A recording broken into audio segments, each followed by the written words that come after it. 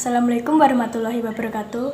Kami kelompok 5 ingin menyampaikan materi tentang pengenalan sektor wisata alam dan sektor wisata buatan kepada peserta didik.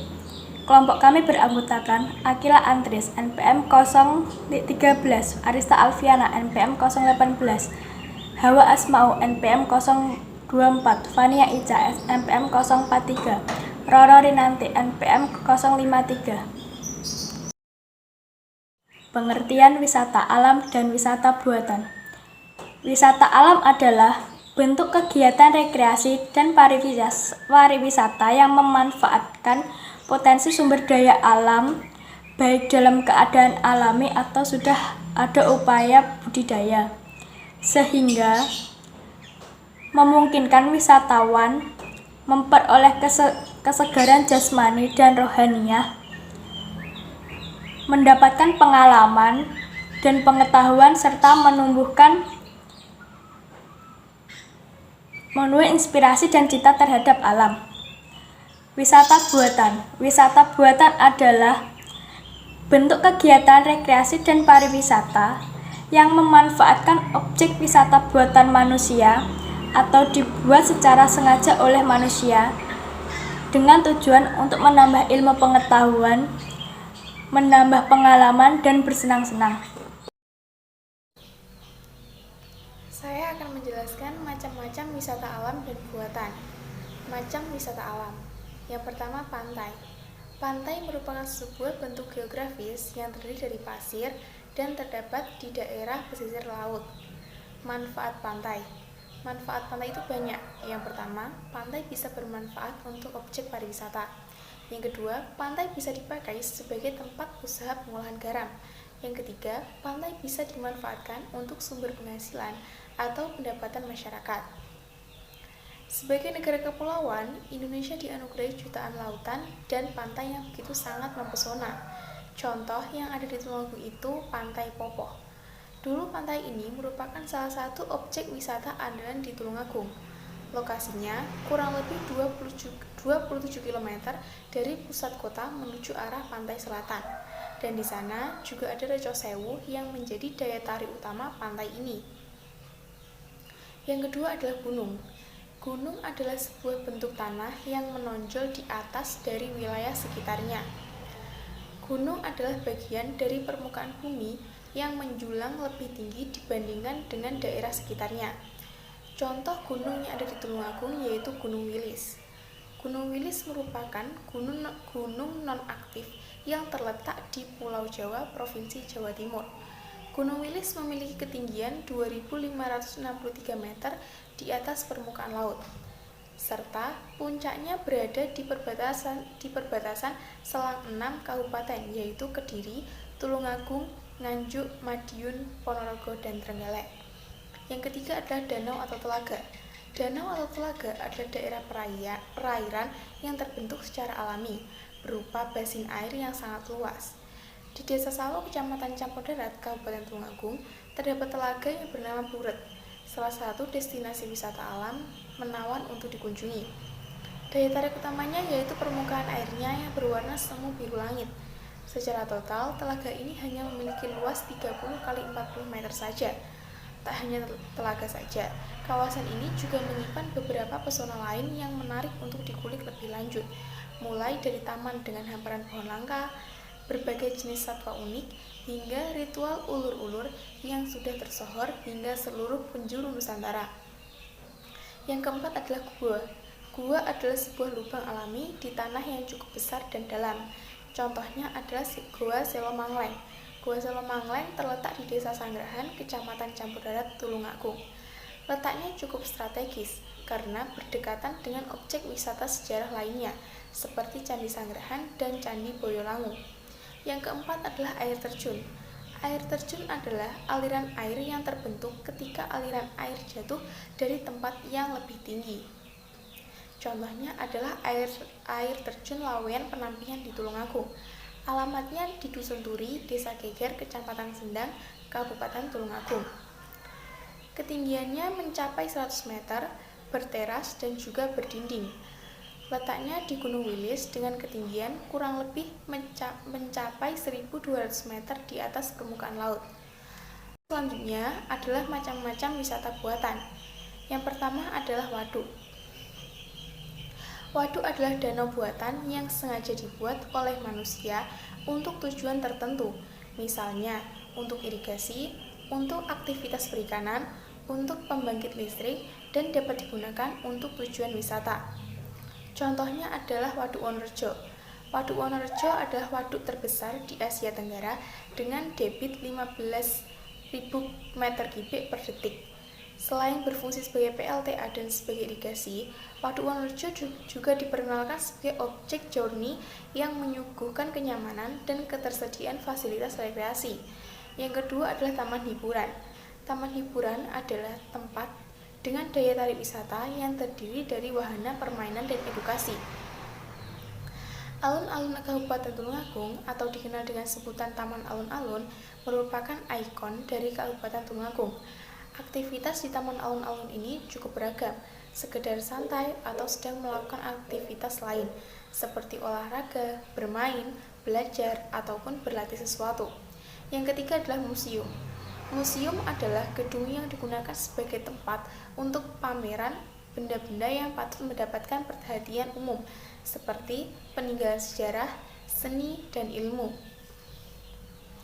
Contohnya adalah Museum Wajakkensis Tulungagung, yang merupakan museum yang berada di daerah Kabupaten Tulungagung. Nama Wajakkensis disematkan pada museum ini sebagai penanda bahwa di daerah Wajak, Tulungagung pernah ditemukan fosil Homo wajakkensis. Yang keempat adalah kebun binatang. Kebun binatang adalah tempat hewan dipelihara dalam lingkungan buatan dan dipertunjukkan kepada publik. Contohnya adalah Batu Secret Zoo, yang merupakan tempat wisata dan kebun binatang modern. Letaknya di Kota Batu, Jawa Timur. Batu Secret Zoo memiliki berbagai jenis hewan dari seluruh belahan dunia, seperti singa dari Afrika, gajah dari Sumatera, dan lain sebagainya.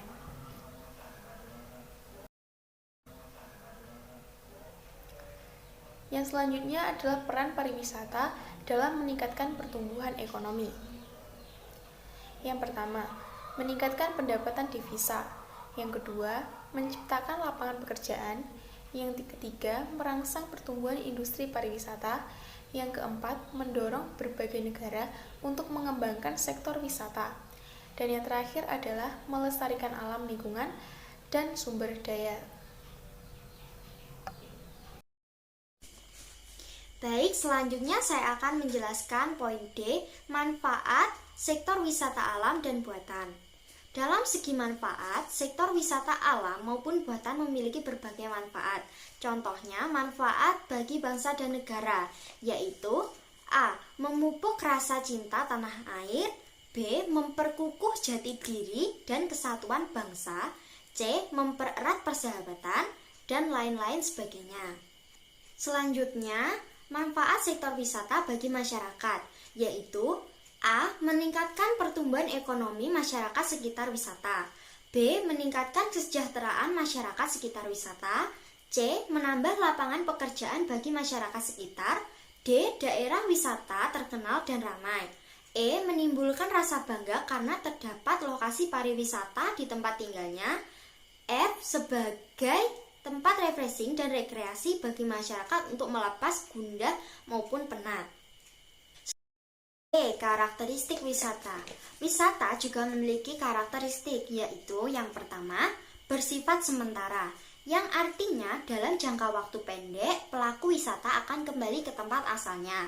2. Melibatkan komponen-komponen wisata, contohnya seperti objek wisata, akomodasi, toko cindera mata, sarana transportasi, tempat makan, dan lain sebagainya.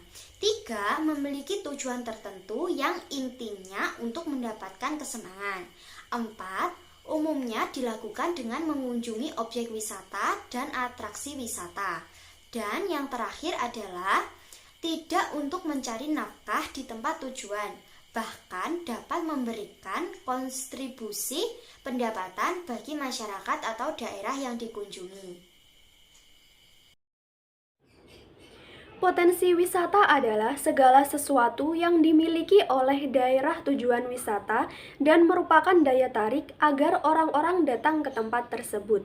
Sedangkan menurut Soekardi, potensi wisata adalah segala sesuatu yang dimiliki oleh suatu daerah untuk daya tarik wisata guna mengembangkan industri pariwisata yang ada di daerah tersebut.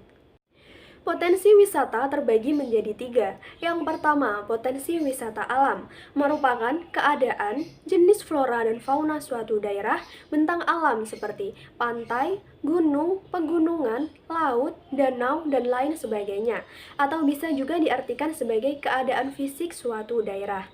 Yang kedua, potensi wisata kebudayaan, merupakan hasil cipta, rasa, dan karsa manusia berupa adat istiadat, kesenian, kerajinan tangan, dan peninggalan sejarah.